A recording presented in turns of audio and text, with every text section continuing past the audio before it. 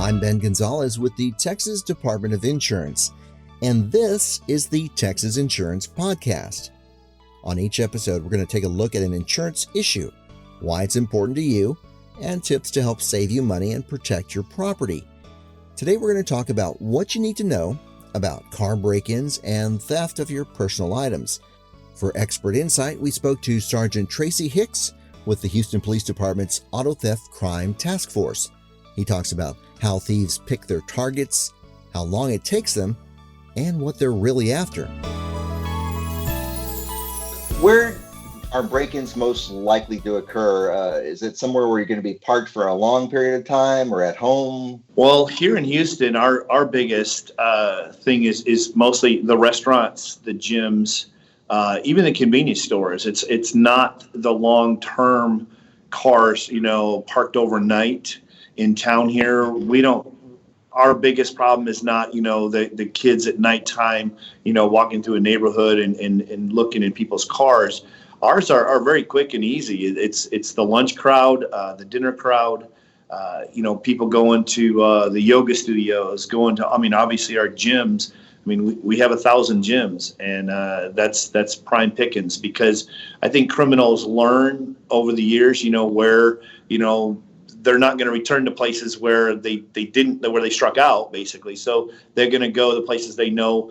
People go in the gym, they're afraid to bring their valuables into the gym because lockers get broken into. So, these guys hang out in the parking lots of the gyms, and they watch people literally, females putting their purse, or men even stuffing their wallet in their trunk or trying to hide it somewhere in their car. And we're trying to get the message out is that's not such a great idea, literally, because you've basically taken all the guesswork out of, I wonder if there's valuables in that car, to there are definitely valuables in that car. Yeah, I think I've heard of people, you got your wallet and you don't want to leave it anywhere where it can be seen, but you don't want to take it in. So you stick it in the side on the car door or right underneath your seat. But that's probably not a good idea if somebody's watching you, huh? Right. The first place, crooks, we have videos of, the first thing they do when they dive in your car, they check your center console, your glove box under the seat, the seat pockets in the back, and their door panels. And then if they don't see anything, boom, they're out. They check the 5 places that,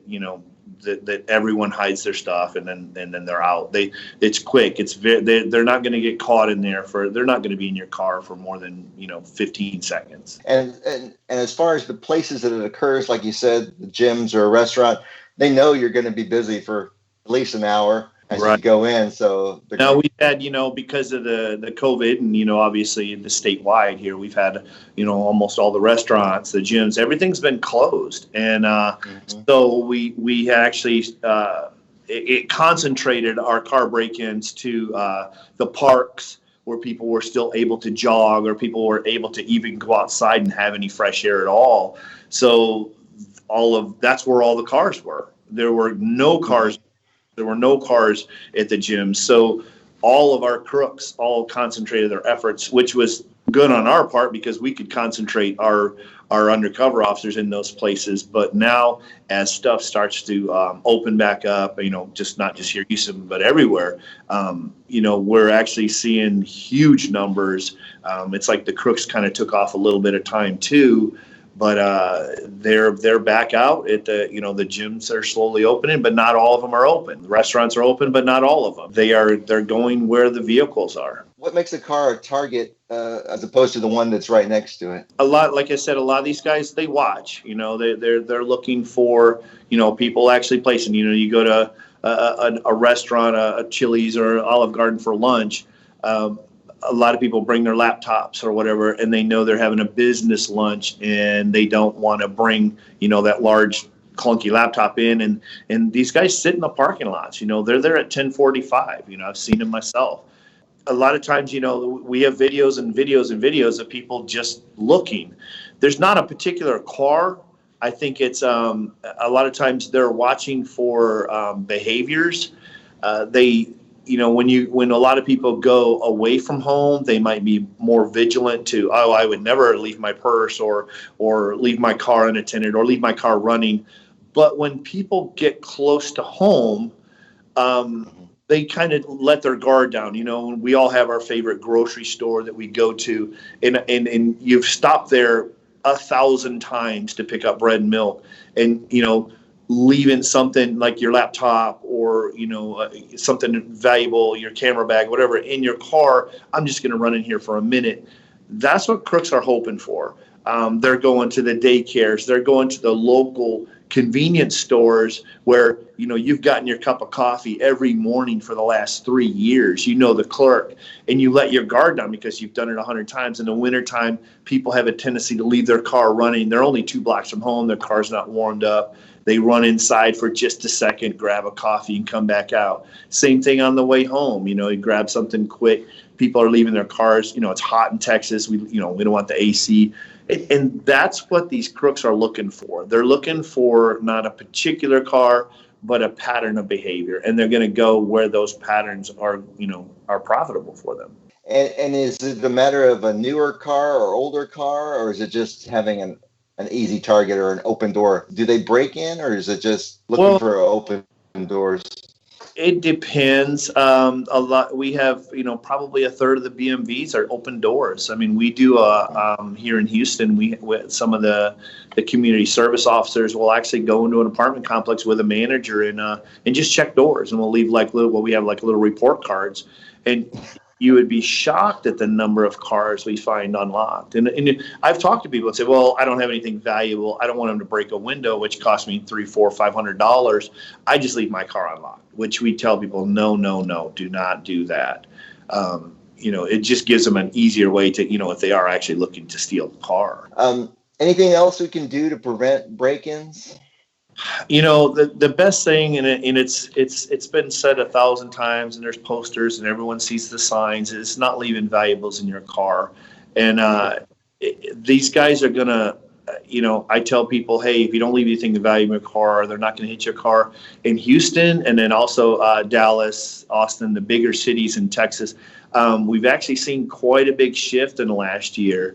I've been, teaching community groups, hey, don't leave stuff in your car, because when a bad guy's looking in your car and your car looks like it's brand new and the car next to you has a backpack and a camera bag, which car do you think he's going to break into? And well, it makes sense that if my car looks clean, he's not going to break into it. When this last year, we have seen a huge increase in people breaking into cars that had nothing showing. They're simply looking for guns. Guns are the new hot topic. We've had some apartment complexes that have the big high-rise parking garages, and a lot of the bigger cities have those now. We had one complex that got hit for 66 cars in one night, and one person out of the 66 reported anything missing from their car. I mean, they were leaving laptops and camera bags and backpacks. They were, and the only thing left, they were looking for guns. Guns have a lot more resale value. The thing about laptops, when I got into this business, auto theft 15 years ago, it was all laptops. It's laptops. Stop. Everyone's stealing laptops. The value of laptops has changed. You can get a decent laptop for $300. They used to cost $3,000. So a resale on that, they're going to get $40. It's just big and it's clunky. It's not worth it. When I can get a gun, I'm going to get $500, $600, $700 for it. And the biggest thing I can tell people there is there's no circumstances whatsoever you should ever leave your gun in the car. And if you are a person who carries and you frequent a bar or a restaurant that's not allowed, is investing in a small, they make small gun safes that can be mounted permanently into your car. Those things work great. They're kind of like little hotel safes almost. They're very inexpensive. And, you go to a ball game, you go to, amusement park. There's a lot of places you can't bring your gun in Texas. And so, it's not just for guns. You go to the gym, you can throw your wallet in there. You got an expensive watch, or a diamond bracelet. You can throw that in there. Having that little tiny safe mounted into your, they have center console safes, glove box safes. Having those things are a great investment, $200-$300, and it's like a huge peace of mind for a very small price. Besides break-ins, can you touch very quickly on auto thefts? Is there anything we can do to prevent a car being stolen? Well, the auto thefts, they're kind of going up a little bit, and depending on where you're at, we're in Texas, and nationwide, a lot of the cars, but here in Texas, people love their trucks, and thieves love the trucks because that's what resells.